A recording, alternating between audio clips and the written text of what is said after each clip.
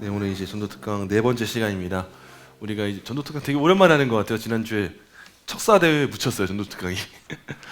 척사대회 하고 이제 오늘 하는데, 이제 오늘과 다음 주 2주에 걸쳐서 마무리를 하고 이제 다음 강의로 넘어가려고 합니다. 그래서 오늘과 다음 주는 우리가 여태까지 좀 전도의 원론에 대한 측면을 다루었잖아요. 전도가 무엇이고 어떻게 해야 되고 하는지.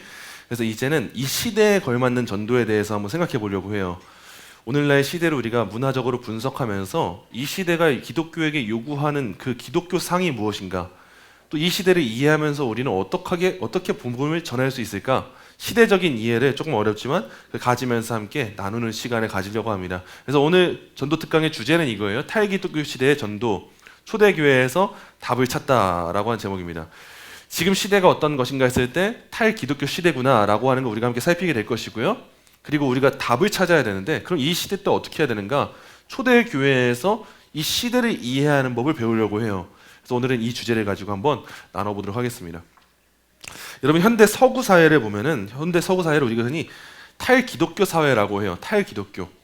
원래 서구 사회는 어떤 사회였냐면 굉장히 기독교적인 사회였어요. 기독교에 발응했던 지역이기도 하고, 그 안에 기독교 문화권이 굉장히 발달했었기 때문에 서구는 교회를 다니든 안 다니든 기독교 문화권이었어요. 근데 오늘날 서구를 보면은 그렇지 않은 것 같아요. 오히려 굉장히 탈기독교적인 그 모습을 우리가 보게 돼요. 그래서 서구 사회의 그 문화를 보면은 종교 자체는 사회에 유익을 끼치는 건 아닐지라도 해도 안 끼친다, 이런 이해는 있어요. 종교가 사회에 유익은 되지 않는데 해도 끼치지 않는다. 근데 이건 종교에 대한 이해가 그런 거고요. 기독교에 대한 이해는 달라졌습니다. 기독교는 해롭고 악할 뿐 아니라 사회 발전에 장애가 된다라고 하는 이해가 사람들에게 생겨났어요. 종교에 대해서는 여전히 우리나라 사람들도 보면은 종교에 대해서는 그래도 좀 포용적이에요. 관용적이에요. 그래서 종교 자체가 나쁜 건 아니잖아. 근데 희한하게도 기독교에 대해서는 굉장히 해악스럽다, 사회 발전에 장애가 된다라고 이해하는 사람들이 많아졌어요. 특히나 차별금지법 문제가 발응되고 나서부터 더 그러죠. 기독교는 항상 성과 젠더의 문제에 있어서 억압하는 곳이구나, 기독교는 항상 그렇게 이해하지 못하는 곳이구나 라고 여겨지고 있는 것이 오늘날의 현실이지 않을까 싶어요. 오늘날은 기독교 신앙에 더 적대감을 나타내고 있어요. 과거에는 뒤에서 조금만 비판한다 이 정도였을지 모르나 오늘날 시대는 굉장히 대놓고 적대적이에요. 그래서 방송 매체만 봐도 기독교는 항상 나쁜 놈들로, 항상 그 사기꾼 목사들로, 그런 단체로 그려지고 있는 것 같아요. 이런 것들이 이제 우리 교회가 직면한 그런 문제라면, 오늘날 우리들이 마주하고 있는 사회가 기독교를 친화적으로 여기는 문화가 아니라 굉장히 반대하면서 여기고 있는 문화라면, 반대하는 것에서 그치는 것이 아니라 굉장히 적대시를 느끼고 있는, 적대감을 가지고 있는 그 문화라면 우리가 어떻게 대응해야 될까? 이 내용을 우리가 한번 오늘 살펴보려고 해요. 자, 오늘날 우리 교회들이 직면한 문제가 있습니다. 그 문제 첫 번째, 화면 한번 넘겨주세요. 그 문제가 뭐냐면은 역사상 처음으로 신성한 질서라는 것이 지금 거부당하고 있어요. 그래서 신성한 질서라고 하는 건 무슨 의미냐면 어느 정도 하나님의 섭리를 인정하는 질서예요. 기독교인이든 아니든 간에 과거에는 그 신이 있겠다, 신이 우리를 인도하는구나, 우리가 운명이 있구나, 이 정도의 이해는 사람들이 가지고 있었어요. 특히 서구 사회를 보면 더 그래요. 그래서 우리 영어권 국가에서도 God bless you가 이상한 말이 아니거든요. 하나님이 당신에게 복을 빌어주시기 원한다는 게 이상한 말이 아니거든요. 그리고 이걸 흔히 속어처럼 사용되기도 하지만 오마이 갓도 마찬가지죠.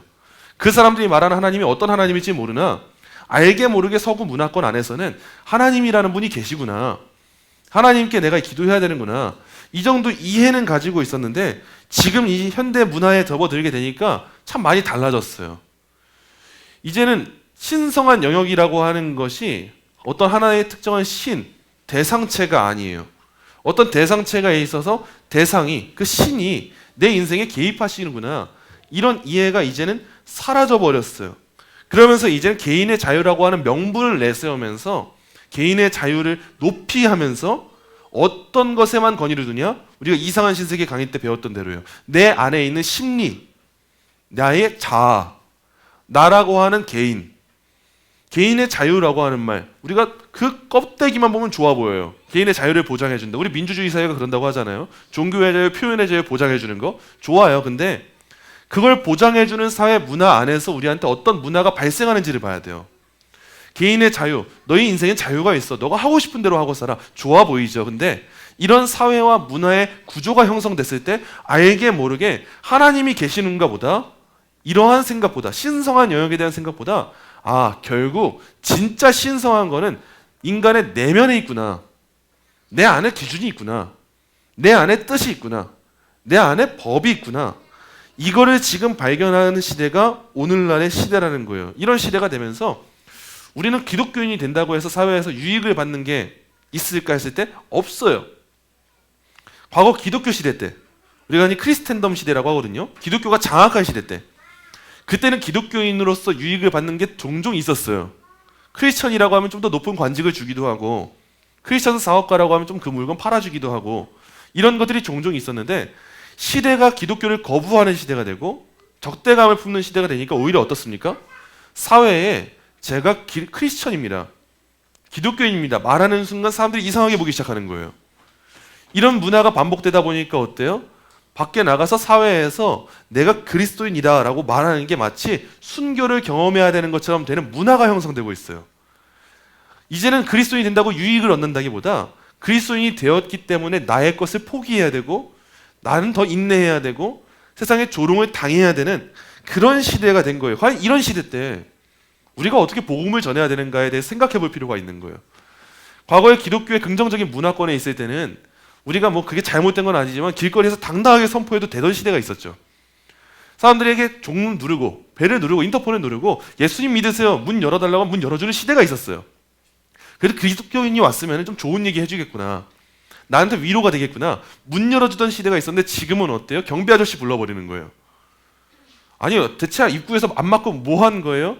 저 예수쟁이들, 저 기독교인들 또 이상한 한심한 소리 하고 있겠지. 기독교는 맨날 그런 곳이잖아요. 이런 식의 이해가 우리한테 생겨났을 때 우리가 이제 생각을 해야 돼요. 과연 이 시대에 나는 어떻게 복음을 전하겠는가? 이 시대에 우리는 어떤 사명을 부여받았고 어떻게 해야 복음을 전할 수 있을까? 이때 생각을 해봐야 돼요. 이때 어떤 사람들은 종종 이런 생각을 할 거예요. 이제 우리가 복음의 접점을 마련하기 위해서 세상의 문화를 배척해야겠구나. 세상의 문화로부터 돌이키고 우리끼리 동떨어진 사회에 있어야겠구나. 이런 식의 생각을 갖는 분들도 있을 수 있어요. 세상이 너무 악해지니까 자, 우린 다 세상 단절하고 우리끼리 신앙의 공동체를 만들자. 과연 이게 옳은 것인가 생각해 봐야 돼요. 또 어떤 분들은 이럴 거예요. 우리가 한번 정치 권력을 얻어봐서 우리나라 기독교 국가 한번 만들어 보자. 기독교 국가가 된다면, 기독교 정치인이 나온다면 우리나라가 기독교 국가가 될 거야.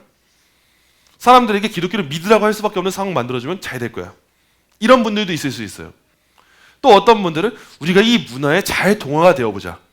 그래서 우리가 잘 섞이는 기독교라는 걸 보여줘보자. 이게 좋은 전도의 수단이 될 거야. 이런 식의 생각을 갖고 있는 분들도 있을 수 있어요. 근데 이런 세 가지 모두가 다 옳은 일은 아니에요. 우리는 복음의 접점을 마련하기 위해서 어떤 관계를 가져야 되고 어떤 일을 해야 되냐, 이런 거예요.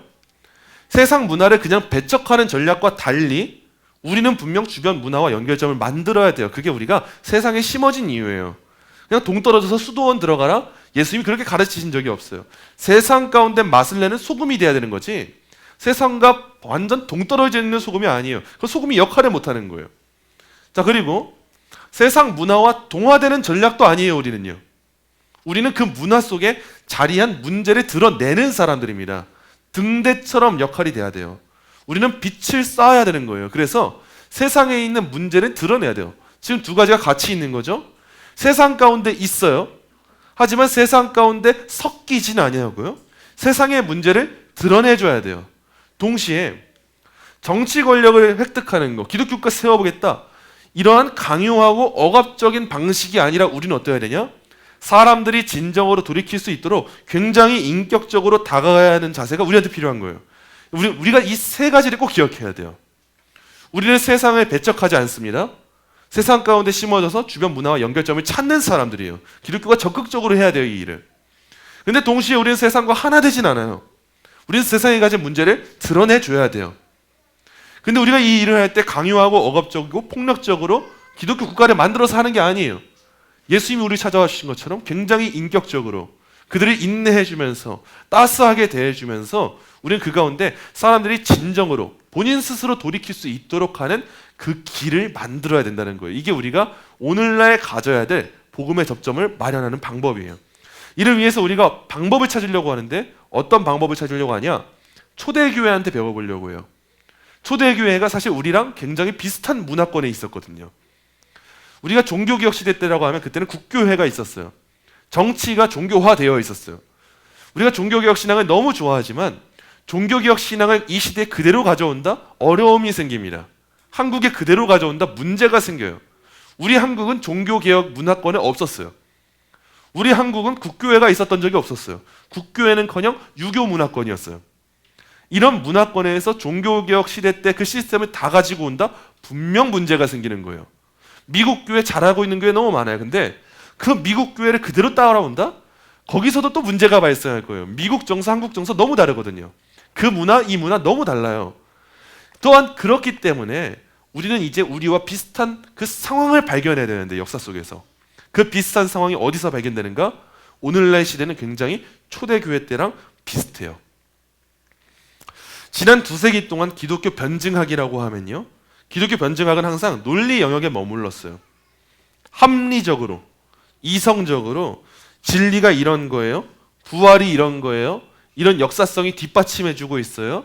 그래서 예수님은 사실이에요, 근거가 있는 거예요. 지난 2세기 동안은 이렇게 우리가 복음을 전달했어요. 그냥 논리적으로, 합리적으로. 성경 말씀 보이시죠? 이대로 이해가 되시죠? 이게 진짜 성취가 됐어요. 이런 역사가 진짜 있었어요. 이렇게 하면 기독교 변증이 되는 시대였어요. 지난 2세기는요. 근데 지금은 시대가 달라졌어요. 그 시대가 달라졌을 때 우리가 보고 배우려고 하는 사람들이 있는데 초대교회 사람들이에요. 초대교회 때 순교자 저스틴이라고 하는 사람이 있었고요. 우리가 잘 알고 있는 어거스틴이라고 하는 사람이 있었어요. 근데 이 사람들은 어떻게 복음을 전했는가 했을 때 세상 문화가 어떻게 그 자체의 기준에 미치지 못하는지를 드러내는 일로 전했어요. 초대교회가 어떤 시대입니까, 여러분? 우리가 지금 기독교를 적대시하는 문화권에 있다고 하잖아요. 초대교회가 바로 그 문화권이었어요. 예수님이 복음을 전하시던 그 당시를 생각해 보세요. 당시 주류 문화권 안에서는 어떤 문화가 있었냐? 유대교 문화가 있었어요. 예수님이 오셨을 때 세상 사람들이 유대교인들이 예수님 오신 복음을 이해하지 못했어요. 아니, 우리는 메시아를 기다리고 있는데 저 이상한 사람이 자기가 메시아라고 말한다네? 이해할 수가 없었던 거예요. 근데 또 동시에 어떤 일이 있었습니까? 유대교 문화만 있는 게 아니에요. 로마 문화가 있었어요. 로마는 어떤 문화예요? 이교도 문화예요. 다른 이방 종교가 자리 잡고 있는 문화란 말이에요. 그 문화를 보면서 초대교회가 부흥하고 있으니까 로마가 어떻게 합니까? 핍박을 하는 거예요. 너희 기독교들 싸잡아 죽여야겠어. 그래서 어디 지역에 불이 났는데 그걸 다 덮어 씌워버려요, 기독교한테. 로마 황제 네로가. 그래서 기독교인들 때문에 불이 났다? 이러면서 기독교인들을 목을 매달아 죽이게 하고 기독교인들을 순교하는 역사에 처하게 한 거예요. 사실상 오늘날 문화랑 굉장히 비슷하지 않습니까? 교회가 잘못한 게 아닌데도 교회에 덮어 씌워버려요. 교회라고 하는 이 한 단체를 희생양을 삼아버린 게 오늘날 문화예요. 코로나 때 어떻습니까? 코로나 때 교회가 방역 제일 열심히 했어요. 근데 그 제일 열심히 했는데도 코로나는 발생할 수밖에 없는 거예요. 전염병이니까. 병원 가면 안 걸립니까? 백화점 가면 안 걸려요? 식당 가면 안 걸려요? 아니요, 다 걸려요. 식당 가서 마스크 벗고 밥 안 먹어요? 뭐 마스크에 구멍 내서 먹습니까? 안 그래요. 1인석이 어디 있어요? 다 같이 먹죠. 근데 그런 거 다 했는데도 언론에서는 누굴 때려요? 교회를 때리죠. 교회를 적대시하는 문화가 있었던 거예요. 그러면서 교회를 죽이면 뭐가 되냐? 다 함께 교회를 싸잡아 욕하면서 우리끼리 하나가 돼요. 교회 안 다니는 사람들끼리. 그러면서 정치권에 있는 사람들, 정치인들은 뭐가 되냐? 코로나를 이겨내갈 수 있는 힘이 되는 거예요. 교회만 싸잡아 죽이면서 사람들 시선 거기로 돌리면서 정부가 얼마나 무능하게 방역했는가 못 보게 만들어버리는 거예요. 바로 이런 것들이 초대교회 때 있었던 건데, 초대교회 사람들이 어떻게 기독교를 변증하고 변호하고 전도했는가 했을 때 초대교회는 이걸 했었던 거예요. 그냥 논리적 설명이 아니라 세상 문화를 설명해줘요. 세상 문화를 설명해 주는데 어떻게 설명하냐? 세상 문화가 그 자체로도 얼마나 자기들 기준에 못 미치는지를 설명해 줬어요. 얼마나 자기들이 제시하는 것에 모순되고 자기들이 이게 옳다고 말하는데 그게 얼마나 옳지 않은가, 그걸 설명해 줬던 거예요. 그래서 어거스틴 같은 경우가 우리가 잘 알고 있는 책을 한 권 썼어요. 그 책의 이름이 뭐냐면 하나님의 도성이라고 하는 책이에요. 하나님의 도성이라고 하는 책을 어거스틴이 썼을 때 당시 시대 배경이 있었습니다. 그 시대 배경이 뭐냐면 주 410년에요. 로마가 서고트족에 의해서 약탈당하는 때가 있었어요. 로마가 보기에는 이방 민족이 침투해가지고 당시 무너지지 않을 것 같았던 로마를 무너뜨렸던 사회가 있었어요. 그 시절이 한번 있었어요. 그때 로마 사람들이 이 로마가 침략당한 이유, 약탈당한 이유를 누구에게서 찾냐? 기독교에게서 찾았어요. 저 기독교인들이 들어와가지고 기독교인이 하나님을 믿으니까 우리 로마가 이렇게 침탈 당했구나. 우리 도시가 함락되었구나. 우리가 그리스 로마 신화라고 하잖아요. 로마는 다양한 우상 숭배가 있었던 도시란 말이에요. 다양한 다신론 사상이 있었단 말이에요. 그래서 기독교가 로마에 들어오고 나니까 우리 로마의 신들이 화가 나가지고 서고트족을 통해서 우리를 침탈하겠구나. 이런 상황에 처했던 게 초대 교회의 상황이에요. 이 시대를 살았던 어거스틴이 책을 쓰는 거예요. 하나님의 도성이라는 책. 우리가 보기엔 단순하게 신앙적인 책 같잖아요. 하나님의 나라가 어떤 나라인가, 인간 나라가 어떤 나라인가, 그런 책 같은데 어거스틴이 여기서 역사를 풀어 설명해요. 로마를 풀어 설명해요. 이 로마가 다양한 다신론 사상을 가지고 있는데 이 로마가 제시하고 있는 신들이 얼마나 모순적인 신이고 로마 신이 얼마나 거짓된 신인가. 근데 로마가 그들을 믿고 따른다고 말하면서도 얼마나 그들 안에서 도덕이 없는가, 얼마나 자유가 없는가. 그런데 우리 기독교는 어떠한가를 설명해버리는 책을 낸 거예요. 이 어거스틴의 방식을 우리가 좀 배울 필요가 있어요. 그냥 기독교가 비판당하고 있을 때 어떤 사람들은 그냥 맞고 있어요. 맞을 수 있어요. 참아줄 수 있고 우리가 한쪽 뺨 맞으면 다른 뺨 내어줄 수도 있어요. 근데 성경에 나오는 진리는 거기서 전부는 아니에요. 맞서 싸워야 될 때가 있어요. 아세라 선지자들과 함께 싸워야 됐던 엘리야가 그랬던 것처럼, 예수님이 사탄을 대적해서 싸워야 됐던 것처럼 때로는 기독교가 나서야 될 때가 있단 말이에요. 어거스틴은 그렇게 나섰던 거예요. 지금 로마 사회가 제시하고 있는 기준들이 얼마나 어리석은지 아세요, 여러분? 로마가 기독교 때문에 멸망했다고요? 아니요. 기독교는 오히려 잘하고 있었어요. 근데 로마는 로마의 기준에도 미치지 못하면서 자기들이 기독교 때문에 무너졌다고 말하고 있어요. 이게 얼마나 거짓된 거예요? 라고 하는 책을 하나님의 도성이라고 하는 책에 남긴 거예요. 여러분, 이런 비판이 사실상 우리들의 오늘날의 시대 때 굉장히 적합해요. 어떤 상황에 적합하냐? 지금 문화가 주장하고 있는 중립성, 또 지금 문화가 제시하고 있는 객관성, 보편성, 이런 것들의 의문을 제기할 때 굉장히 적합해요. 제가 전에 강의 때도 한번 말씀드린 적이 있는데 지금 시대 때는 PC주의라고 해요. 정치적 올바름. 약자의 편에 서는 걸 굉장히 중요시하는 시대예요. 그래서 흑인을 위해 싸우는 거. 그래서 흑인의 어떤 단어가 포함되는 것도 다 안 되는 거. 동성애자들을 위해 싸워주는 거. 그건 무조건 다 옳다라고 하는 사상체계가 있어요. 근데 이럴 때 우리 기독교는요, 더 올바르게 싸울 수 있다는 걸 여러분이 아셔야 돼요. 정치인들이 흑인을 통해서 많은 그 법원을 만들고 흑인을 보장해주기 위해서, 난민들을 보장해주기 위해서 법안을 만들면서 자기들의 표를 얻어요. 근데 정치인들이 흑인들을 생각하고 난민들을 생각하는 것 같은데 실제 정치 법안을 발의하는 걸 보면 어때요? 그냥 자기 배만 부르게 하고 있잖아요. 정치인들이 동성애자들 생각하는 것처럼 보여요. 그게 차별금지법에 좋을 거라고 봐요. 근데 사실상 차별금지법 제정되면 어떻게 될 것 같으세요? 우리 기독교인들도 그렇고 세상 사람들도 그렇고 의문 안 품을 것 같으세요? 지금 세상에 있는 고용주들이 혹시나 내가 해고했을 때, 동성애자를 해고하고 면접에서 안 뽑아줬을 때 나에게 닥칠 그 불안함, 이것이 얼마나 불공정한가에 대해서 의문을 표현 안 할 것 같으세요? 할 수밖에 없단 말이에요. 그래서 단순하게 사회적 약자를 책임진다고 말하면서 얼마나 많은 다수자들의 권리를 침탈하고 있는가, 얼마나 소수자라고 말하는 그 언어 안에서 다수자보다도 강력한 힘을 갖고 있는가, 이거를 알려줘야 된단 말이에요. 지금 시대는 사회 정의를 말하는 사람들이 얼마나 정의를 행하지 않고 있는가, 사랑을 말한다는 사람들이 얼마나 사랑을 말하지 않고 있는가, 차별금지법을 제정한다는 사람들이 북한 인권법을 제정 안 해요. 이거 어떻게 된 일이에요? 이런 모순을 알아야 된단 말이에요. 차별금지법으로 동성애자들의 편에 서겠대요. 근데 북한 사람들 지켜주는 북한 인권법 제정 안 하겠대요. 과연 이게 무엇을 위한 정의이고 무엇을 위한 사랑이란 말이에요. 우리는 지금 이 시대 때 이런 모순점들을 발견해서 이걸 전달해 줘야 된다는 거예요. 그게 우리가 오늘 초대교회한테 배우려고 하는 거예요. 초대교회로부터 우리가 이제 배우려고 하는 역동성이 있는데 초대교회는 이와 같은 방식을 따라서 전도를 했어요. 그거 우리가 한번 4가지 정도로 정리해 볼게요. 먼저 첫째는 이겁니다. 초대교회는 주목하게 했어요. 복음을 주목하게 만들었어요. 초대교회가 수행한 복음 전도의 80% 이상이 목회자나 전도자가 아니라 일반 성도에 의해서 이루어졌대요, 여러분. 80% 이상. 주로 대부분의 전도가 목회자, 사역자, 전도자가 아니에요. 일반 성도들을 통해서 이루어졌대요. 이 말이 무슨 뜻이냐? 평범한 기독교인들이 가족과 친척과 자기 집안 사람들과 일터에 있는 사람들에게 복음을 전했다는 거예요. 그래야 80% 이상이 일반인들을 통해서, 일반 성도를 통해서 복음이 전달되죠. 근데 우리가 알잖아요. 우리 가족들과 우리와 관계 맺고 있는 일반인들에게, 일터에서 관계 맺는 사람들에게 복음 전하는 게 얼마나 힘들어요? 근데 우리가 전하는 메시지에 그들이 귀를 기울일 수 있는 이유가 뭘까요?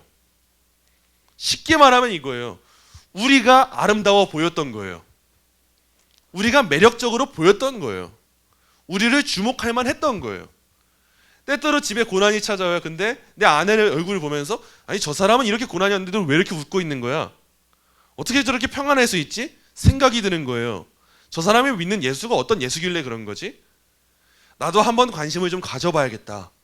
이런 식의 주목이 초대교회 때 있었던 거예요. 여러분 우리한테 이게 있어야 돼요. 먼저는. 그리고 이를 위해서 뭐가 필요하냐? 또 우리가 비기독교인 많이 알고 있어야 돼요. 많이 관계 맺고 있어야 되고요. 단순하게 제가 여러분들에게 세상 문화에 젖어드세요 말하는 게 아니에요. 세상 문화는 젖어들면 안 돼요. 하지만 세상 문화와 우리 항상 접촉점은 있어야 돼요. 관계는 맺고 있어야 되고 그 관계 맺는 가운데 우리의 모습이 그들이 보기에 주목할 만한 모습이어야 돼요. 참 볼만하다. 참 따를만하다. 참 매력적이다. 말로만 크리스천이 아니라 진짜 크리스천의 삶을 사는 사람들이구나. 뭔가 다르게 있다. 이거를 발견하게 하는 게 필요하고 우리의 마음에 있는 소망의 이유를 묻는 사람들이 종종 등장할 거예요. 아니 당신은 대체 어떻게 이렇게 평안하세요? 어떻게 그 상황을 그렇게 담대할 수 있으세요? 그때 여러분 말할 거리를 항상 준비해 두셔야 돼요. 저는 이걸 믿기 때문이에요. 저에겐 이런 신앙이 있기 때문이에요. 이게 먼저 우선돼야 되는 거예요. 둘째, 매력이 있었어요. 초대교회는 기독교에만 있는 탁월한 요소들을 초대교회가 보여주었어요. 기독교에 대해서 사람들이 제기하는 의문이나 그 반대에 답변을 제공하는 이 전통적인 변증법을 사용하기 전에 우리는 먼저 그 사람들에게 그 사람들이 가진 인생의 물음들의 질문을 던져줘야 돼요. 우리가 말하기 전에 질문을 먼저 했어요. 초대교회는. 저 히터 하나만 줄여주시겠어요? 초대교회는 항상 내가 이런 걸 믿어요보다 당신 혹시 어떤 인생을 살고 계세요? 당신 인생 어떻다 생각하세요? 이런 질문을 했어요. 그러면서 복음을 주목하게 하고 기독교만 가진 게 무엇인가를 설명해 줬어요. 그러면서 이때 어떤 것들을 설명해 줘야 되냐 이런 걸 설명해 줬어요. 기독교는 고통으로 상실되기보다 그 깊이를 더해가는 인생의 의미를 제시한다는 거. 기독교만 가진 거예요, 여러분. 기독교는 상황에 좌우되지 않는 만족을 제시한다는 거. 여러분 이게 기독교만 가진 거예요. 기독교는 자신의 성취 여부와 상관없이 타인으로부터 소외되어도 깨지지 않는 정체성을 제시한다는 거. 세상은 어때요? 타인으로부터 깨지면 끝나는 거잖아요. 우리 학생들 학교에서 왜 힘들어해요? 친구 관계 깨지면 다 깨진 것 같거든요.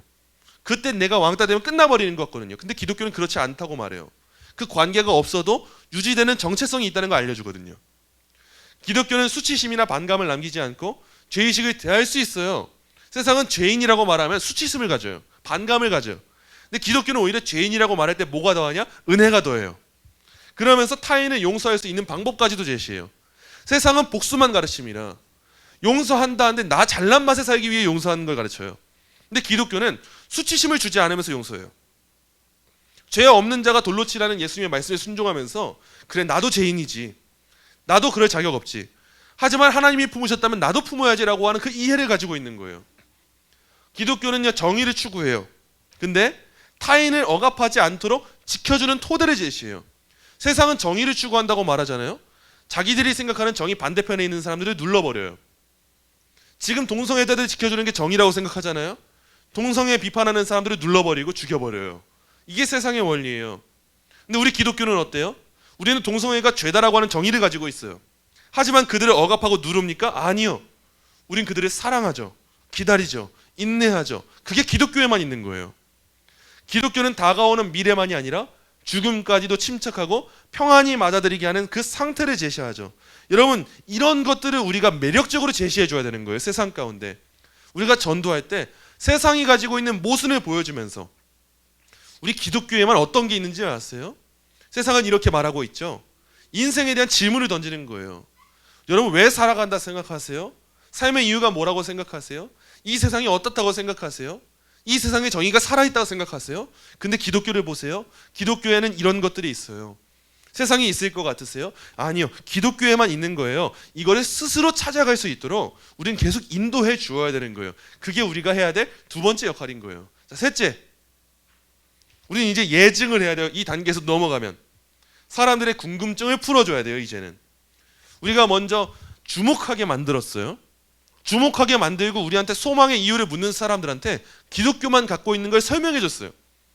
우리가 먼저 해야 되고 우리한테 질문하게 만드는 거예요. 먼저는 어떻게 생각하세요? 왜 그러신 거예요? 질문하게 만들어주고 설명했잖아요. 그리고 이제 우리가 물어볼 수가 있어요. 이제는 우리가 그 사람들이 가지고 있을 법한 것들에 우리가 답을 해줘야 돼요. 여기서 이제 굉장히 일반적인 것들이에요. 일반적으로 기독교에 대해 사람들이 부정적인 생각 갖고 있는 내용들. 예를 들면 이런 거죠. 선하신 하나님이 어떻게 고통을 주시는가? 사람들이 굉장히 궁금해요. 하나님 선하시다면서요. 근데 왜 우리 이렇게 사는 거예요? 왜 이렇게 힘든 거예요? 여기에 답을 주는 거예요. 이제 아니 하나님 선하시다면서요. 근데 왜 사람들 지옥에 보내세요? 여기에 이제 우리가 답을 주는 거예요. 오늘날 비기독교인들은 특별히 교회가 역사적으로 행한 부당한 일들에 관심이 많아요. 여러분 그렇지 않습니까? 기독교는 맨날 그렇게 배만 채우잖아. 기독교에 그런 스캔들이 있었잖아. 기독교는 맨날 그렇게 억압하잖아. 최근 동성애 문제에 있어서는 차별금지법 막무가내로 무시하잖아. 동성애자들 정죄하잖아. 이런 이해가 있어요. 사람들한테. 그때 우리가 이제는 세 번째 단계에서 말해주는 거예요. 그렇게 하는 이유가 있어요. 그 이유가 뭐냐면 이러한 이유예요. 하지만 기독교는 이런 신앙을 따르고 있기 때문에 절대 그게 모순된 게 아니라 하나님 안에서 조화가 되는 거예요. 이렇게 알려주는 거예요. 첫째부터 이런 순서죠. 첫째, 주목하게 만들어야 되고, 둘째, 우리가 가진 매력을 보여줘야 되고, 셋째, 그들이 가진 궁금증을 우리가 풀어 설명해주는 예증이 필요해요. 그리고 마지막 넷째, 확신이 있어야 돼요. 우리가 설득력 있는 방식으로 복음을 제시해야 돼요. 사람들의 마음을 이끌 수 있을 만큼이나 복음이 얼마나 명확한가, 우리 안에서 의심이 없어야 돼요. 우리 안에서 복음이 이런 거야 담대하게 선포할 수 있는 마음이 있어야 돼요. 오늘 베드로가 그랬던 것처럼 베드로가 뭘 해요? 확신에 가득쳐서 나 은과 금 없어. 어찌나 그렇게 뻔뻔합니까? 그렇게 뻔뻔하게 말하는 것도 실력이에요. 여러분 나한테 하지만 제일 좋은 게 있어요. 제일 좋은 게 뭐냐? 세상이 주지 못하는 거. 세상은 은과 금 주죠. 그게 전부일 것 같아요. 베드로가 자기를 주목하게 하고요, 자기가 가진 매력을 보여준 거예요. 그러면서 풀어 설명해 준 거예요. 예증해 준 거예요. 당신한테 진짜 필요한 문제가 뭐냐? 당신이 지금 안전뱅이일 수밖에 없었던 그 예수님의 그 계획들을 아는 게 필요합니다를 말하고 일어나 걸으라고 확신에 가르쳐서 예수님의 이름의 능력을 전한 거예요. 자, 우리가 전해야 될 게 이런 것들이에요. 우리 이제 두 가지를 다 전해야 돼요. 우리가 먼저는 나쁜 소식을 전해야 돼요. 당신은 스스로를 구원하려고 노력하지만 결국 구원할 수 없다. 두 가지를 확신에 가득 차서 다 말해야 돼요. 나쁜 것만 말해도 안 되고 좋은 것만 말해도 안 돼요. 근데 이어서 또 말하는 거예요. 둘째가 좋은 소식. 당신은 노력이 아니라 그리스도를 통해서 구원받을 수 있다. 우리가 이걸 다 설명해야 돼요. 나쁜 소식이 뭐냐? 당신 할 수 없어요. 좋은 소식이 뭐냐? 하지만 예수님이 하셨어요. 이걸 설명해 주는 거예요. 인생의 의미에 대한 것도 마찬가지예요. 요즘 시대는 인생의 의미가 자유해지는 거라고 말하잖아요. 하고 싶은 거 다 하는 거, 내 꿈을 실천하는 거. 이런 시대 때도 우리가 이렇게 말할 수 있어요. 먼저 나쁜 소식이에요. 당신은 자유를 원하고 있어요. 근데 사실 당신은 자유로울 수 없어요. 왜냐하면 오늘도 당신은 무언가를 위해서 살아야 돼요. 당신 무언가에 얽매여 있어요. 그 대상이 무엇이든 거기에 종속되어 있어요. 타인을 이용할 수밖에 없어요. 당신은 무언가에 종속되어 있는 게 뭐예요? 돈을 벌려면 다른 사람한테 뭔가를 팔아야 돼요. 타인한테 종속되어 있을 수밖에 없고 이용할 수밖에 없는 그 상황에 처해 있기 때문에 당신 자유해 보이죠? 당신 하나도 안 자유해요. 이걸 말하는 거예요. 당신은 자신의 실존에 근거해서 의롭다는 정체성을 얻으려 하는데 결국 그건 깨질 수밖에 없어요. 스스로를 의롭다고 여기는 만큼 타인을 무시할 수밖에 없거든요. 나아가 당신이 찾고 있는 것은 깊은 만족도 세상에선 발견되지 않는 만족이에요. 이 모든 사실은 당신이 영원하신 하나님에 의해 창조된 존재임을 말해주고 있어요. 따라서 당신이 하나님을 위해 살지 않잖아요. 이는 영원한 사랑과 은혜를 저버리는 삶인데 다름이 없어요. 심판이 있어요. 확신 가운데 말해주는 거예요. 인생의 자유를 찾는 사람들한테. 근데 동시에 우리는 이렇게 말할 수 있는 거예요. 좋은 소식이에요. 예수님은 세상이 내세우는 힘의 논리를 십자가에서 뒤집으셨어요. 그분은 섬기기 위해 자신의 모든 권세를 내려놓으셨거든요. 또 당신이 하나님을 거부하고 타인에게 함부로 대하면서 정의롭지 않게 행한 그 삶에 대해서도 그분이 대신 정의로운 형벌을 받아주셨어요. 이로써 당신은 어디서도 발견할 수 없는 정체성을 얻게 되었어요. 이는 당신이 무언가를 잘하든 못하든 상관없습니다. 무조건적인 사랑을 확인시켜주는 그 정체성이 당신에게 주어졌다는 것이 좋은 소식이에요. 바로 이 정체성을 통해서 당신은 새로운 자유를 얻게 돼서 세상의 어떤 권력이나 대상에게도 지배당할 필요가 없는 진짜 자유한 상태에 이르게 되는 거예요. 나아가 그로부터 깊은 만족과 아름다운 미래에 대한 성경의 약속을 이제 맛볼 수 있게 되었습니다. 이렇게 설명해 주는 거예요, 여러분. 얼마나 많은 준비가 필요하겠어요. 이게 보니까 쉽지 실제면 얼마나 어려워요. 머릿속에서 뭔 말 해야 할지도 모르겠고 좋은 소식 말하려다 나쁜 소식 말하고 있고 굉장히 어렵고 꼬일 거예요. 근데 이 네 가지 여러분 꼭 기억하세요. 우리 주목하게 만들었고 우리의 매력을 보여주고 그들의 궁금증을 풀어주고 확신에 가득 차서 우리가 가진 그 가장 좋은 것, 그것이 어떤 것인지 복음을 천천히 풀어 설명해 주는 것, 이게 지금 우리한테 제일 필요한 거예요. 이걸 우리가 초대교회에게서 배우는 거죠. 레리 허타도라고 하는 사람이 있는데 처음으로 기독교인이라 불렸던 사람들이라는 책에서요, 로마 제국 당시 기독교는 가장 박해받는 종교였기 때문에 사회적으로 얼마나 많은 희생이 따라요. 그랬음에도 사람들이 기독교에 관심을 가진 이유가 무엇인지 5가지를 말해요. 우리가 생각하기엔 탈기독교 사회잖아요. 기독교를 핍박하는 사회잖아요. 그럼 사람들이 교회 안 올 것 같잖아요. 근데 희한하게 초대교회는 부흥했던 교회였어요. 로마 사회가 그렇게 핍박하는데도 열심으로 부흥했던 교회였어요. 거기에 이런 이유가 있어요. 먼저 첫째, 이들은 여러 인종과 민족이 함께한 공동체였어요. 기독교를 볼 때 세상 사람들이 놀랄 수밖에 없었어요. 이교도 사람들은 주로 태어나면서부터 자연스럽게 부모의 종교를 이어받았어요. 우리 일반적이잖아요. 우리 아이들도 웬만하면 모태신앙으로 자라나면 교회 다닐 수밖에 없어요. 마찬가지로 로마 사회도 그렇습니다. 그 이교도 문화에서 자라난 사람들은 보통 이교도 문화를 벗어날 수가 없었어요. 그렇기 때문에 어떻게 되냐, 주로 같은 인종이 같은 종교를 믿고 있는 상황이 발생해요.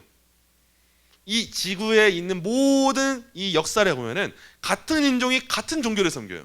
그래서 흑인들은 흑인들이 믿는 신이 있고, 백인들은 백인들이 믿는 신이 있고, 또 황인들은 황인들이 믿는 신이 있고, 이슬람 국가는 이슬람 국가에서 믿는 신이 있는 것처럼 이게 일반적인 원리였단 말이에요.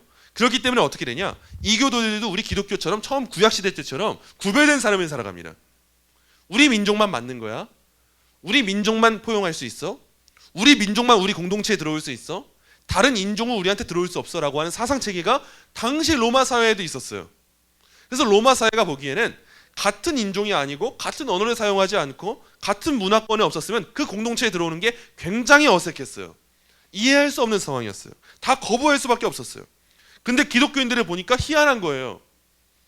기독교인들은 다양한 인종들의 사람이 모이는 거예요.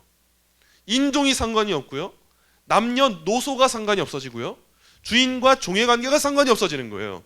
우리 한국에 있는 처음 교회 때도 그렇지 않습니까? 우리 한국에 처음 복음이 들어왔을 때도 상전이 있고 종이 있잖아요. 근데 교회 들어오면 다 집사님, 장로님, 권사님이에요. 이런 것들이 세상 공동체에는 하나도 없었거든요. 근데 초대 교회를 보니까 이해하다. 어떻게 교회는 저 사람들을 받아들일 수 있지? 어떻게 다른 문화의 배경을 가진 사람을 받아들이지? 이걸 보면서 사람들이 매력을 느낀 거예요. 아, 교회 가면은 나를 받아줄 수 있지 않을까? 나도 그 공동체라면 어울릴 수 있을 것 같아. 교회는 참 특이한 공동체구나. 이걸 보고 사람들이 교회의 매력을 느꼈던 거예요. 둘째, 가난한 자와 소외된 자를 돌보는데 헌신한 공동체였어요. 당시 로마 사회는 가난한 사람, 소외된 사람 버리는 사회였어요. 돌볼 필요가 없다고 느꼈어요. 그런데 초대교회는 어려움에 처한 모든 사람을 품었는데 굉장히 놀라운 모습이었던 거예요. 이게 교회만 가졌던 모습인 거예요. 그래서 이교도 신앙을 가졌던 로마 황제 율리아누스라고 하는 사람이 있어요. 그 사람이 기독교의 모습을 보면서 이렇게 말을 했어요. 가난한 기독교인뿐만 아니라 가난한 이교도인들까지 돌본다. 로마 사회는 이교도만 돌봤어요. 자기 종교를 믿는 사람만 돌보고 타 종교를 믿는 사람들 다 배척했어요. 근데 기독교인들을 보니까 기독교인들을 돌볼 뿐더러 다른 종교의 사람들까지도 돌본다는 거예요. 그래서 이 이교도인들은 어땠을까요? 이 이교도 사람들이 교회를 보면서 굉장히 마음이 불편하죠. 저래도 되는 거야? 저게 맞는 거야? 저게 종교가 맞는 거야. 근데 동시에 하나의 감정을 더 느껴요. 매력이라고 하는 감정. 저 공동체는 사랑이 있구나. 저 공동체는 자비가 있구나. 그래서 불편함과 매력이 공존했던 거예요. 이게 초대교회 때의 두 번째 핵심이에요. 셋째입니다. 초대교회는 대갚지 않고 용서하는 공동체였어요. 초기 기독교인들은 타인으로부터 공격을 당하거나 그로 인해서 목숨을 잃어도 순교해도 안갚음을 하지 않았어요.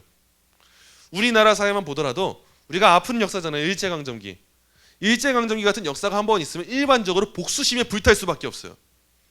저 일본 놈들, 저 외놈들, 무조건 일본은 다 나쁘고 반일 감정을 부추기는 거, 역사는 일반적으로 그렇게 흘러가요. 당한 문화가 있잖아요. 아픔이 있잖아요. 서러움이 있잖아요. 그렇다면 그 감정을 품고 살아갈 수밖에 없는 게 일반적인 문화예요. 기독교인들의 문화를 본다면 기독교인들이 분명 복수심에 불탔어야 돼요. 다 같이 폭동을 일으켰어야 돼요. 아니, 저 사람을 순교하게 만들었다고? 저 사람의 목을 잘랐다고? 저 사람 입에 쇠구슬을 넣었다고? 이 일에 복수심이 불타야 되는데 기독교가 복수심에 불타지 않는 거예요. 오히려 박해하는 자들을 위해서 기도해 주는 거예요. 스데반이 그랬던 것처럼 주님, 저들의 죄를 저들에게 돌리지 말아주세요. 기독교가 교회에서 기도하고 있는 모습을 본 거예요. 이 모습을 보면서 세상 사람들이 놀랐던 거죠. 근데 기독교가 그럴 수 있는 이유가 뭐였어요? 예수님의 가르침 때문이죠. 뺨을 또 대주라고 하는 가르침 때문이죠. 용서를 수십 번 반복해서 하라고 하는 가르침 때문이죠. 이걸 보면서 세상이 불편함과 동시에 매력을 같이 느꼈던 거예요. 네 번째입니다. 낙태를 비롯한 유아 살해를 반대하는 공동체였어요. 당시 기독교인들은 낙태를 비롯한 유아 살해를 지금만 그런 게 아니에요. 강력하게 반대했어요. 그들도 하나님의 형상이라고 믿었기 때문에. 그래서 이 사람들은 심지어 이론적인 수준이 아니라, 오늘날 우리는 이론적으로 반대하잖아요. 심지어 이론적인 게 아니라 삶으로 실제로 반대했어요. 예를 들어서 부모에게 버려져서 죽어가거나 노예로 팔려갈 위기에 처한 아이를 발견하잖아요. 즉시 데려가서 양육을 했어요. 이게 얼마나 어렵습니까? 오늘날 우리 사회에서 우리는 그래도 먹고 살만 한데도 남의 아이 키운다는 거 쉬운 일 아니거든요. 너무 어렵거든요. 근데 초대교회 때는 직접 데려가 키운 거예요. 이 아이의 생명이 귀하다고 여겨서. 말로만 낙태 반대, 날로만 유아살해 반대, 그걸 금지해달라, 이렇게 말한 것이 아니라, 오늘날로 치면 말로만 차별금지법 한 게 아니라, 그걸 반대한 게 아니라 실제 자기 삶에서 그렇게 아이들을 데려와서 키웠던 거예요. 당시 사회가 이 모습을 보면서 굉장한 불편함과 동시에 매력을 느끼게 됐던 거예요. 다섯째입니다. 성윤리를 근본적으로 바꿨어요. 로마 사회에서 성관계는요, 단순하게 욕구를 채우는 행위였을 뿐이에요. 아름다운 의미가 하나도 없었어요. 그래서 여성들은 다른 누구와도 관계를 맺을 수 없었어요. 자기 남편과만 관계를 맺을 수 있었는데, 당시에 남자들은 달랐습니다. 남자들은 결혼을 했건 안 했건 누구든지 다 하고 다닐 수 있었어요. 다 문란하게 살아갈 수 있었어요. 근데 이때 지적하는 공동체가 있었어요. 그 문제를. 기독교예요. 기독교는 유일하게 세상 가운데 이 결혼이라고 하는 제도가 얼마나 아름다운 제도이고 교회와 그리스도를 보여주는 그림자인가를 설명해 줬어요. 그리고 남자들이 왜 일부 일처제를 따라야 되는지 이것을 설명해 줬어요. 왜 그리고 성관계가 단순히 육체의 욕구를 채우는 것이 아니라 하나님 안에서 신비함을 발견하는 그 기쁨인지를 설명해 줬던 거예요. 그래서 이 사회 가운데 이 혼탁했던 성윤리를 기독교인들이 하나씩 바로 세워가니까 로마 사회에 있던 문제들이 하나씩 정리되어 갔던 거예요. 이런 모습을 보면서 많은 사람들이 불편함과 동시에 매력을 느꼈던 거예요. 정리해 보도록 할게요. 여러분, 이 앞서 살펴본 초대교회의 모습은요, 세상이 보기에 불편한 동시에 매력적이었어요. 당시 기독교인들이 교회를 수단 삼아가지고 로마 문화에 접근한 것으로 보이세요? 그러지 않았어요. 기독교인들이 기독교인답게 살았어요. 세상 가운데. 그러자 세상이 기독교를 보면서 반응했던 거예요. 그러면서 앞서 열거되었던 5가지 요소를 다 갖추게 된 거예요. 근데 안타까운 게 있어요. 지금 시대를 보잖아요. 극단적인 정치 이념에 갈려가지고 이 5가지를 혼용하고 왜곡시켜버려요. 앞에 나온 첫 번째 보세요. 여러 인종과 민족이 함께한 공동체. 두 번째까지 보세요. 가난한 자와 소외된 자를 돌보는 데 헌신한 공동체. 주로 이 세상의 진보적인, 좀 우리식으로 말하면 좌파적인 이념에 사로잡힌 공동체들. 그 공동체들이 이 2가지를 강조합니다. 다민족, 난민 문제, 가난한 자, 소외된 자, 소수자, 이 문제를 주로 좌파적인 이념을 가진 사람들이 옹호하고 추구하고 있어요. 자, 그리고 네 번째와 다섯 번째 보세요. 낙태를 비롯한 유아 사례를 강력히 반대한 공동체, 성윤리를 근본적으로 바꾼 공동체, 주로 우파적인 입장, 보수적인 입장에 처한 공동체들이 이를 반대하고 있어요. 근데 잘 보세요. 세상에서 좌파적인 이념을 가졌건 우파적인 이념을 가졌건 3번의 사항, 대갚지 않고 용서한 공동체를 만드는 사항, 누가 지키는 거 본 적 있으세요? 아무도 없어요. 민주당이건 국민의힘이건 다들 복수의 혈전이에요. 무슨 사랑을 베풀어요. 다 자기 배 배채우기 바쁜 거죠. 이때 우리가 알고 깨우치고 배워야 될 게 뭐겠어요, 여러분? 세상 정치 중요해요. 너무 중요해요. 근데 그게 전부는 아니에요. 세상은 언제나 세상의 이념에 사로잡혀 있어요. 보수건 진보건 우린 때때로 성경의 상황에 따라서 누군가의 힘을 주고 누군가의 소리 들어줄 수 있어요. 근데 그게 영원한 하나님의 나라를 만드는 길은 아니에요. 세상의 이념에는 늘 한계가 있어요. 그들은 성경 자체가 아니에요. 그들은 교회가 아니에요. 그래서 어떤 사람들은 이 면만 봐요. 진보적인 면만 봐요. 어떤 사람들은 보수적인 면만 봐요. 근데 이 시대 가운데 용서하고 사랑하는 공동체를 만드는 것은 아무도 관심이 없어요. 이러한 시대 때 우리 교회가 해야 될 일은 무엇인가? 우리는 이 다섯 가지를 모두 아우르는 공동체가 되어야 되는 거예요.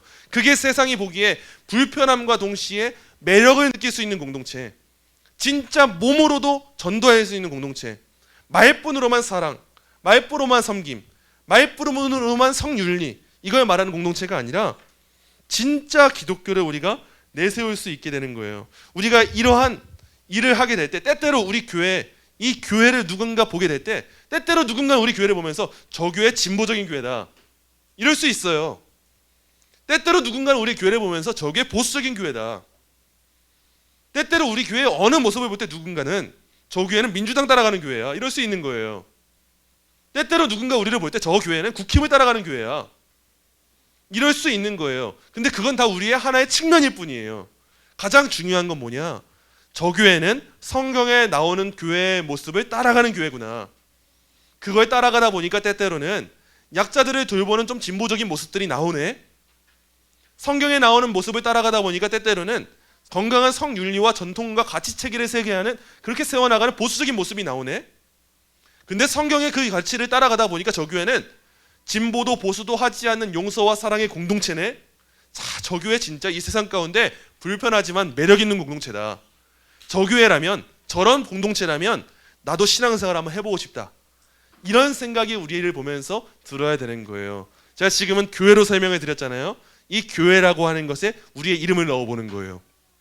저 사람 참 진보적인 모습이 있네. 저 사람 참 보수적인 모습이 있네.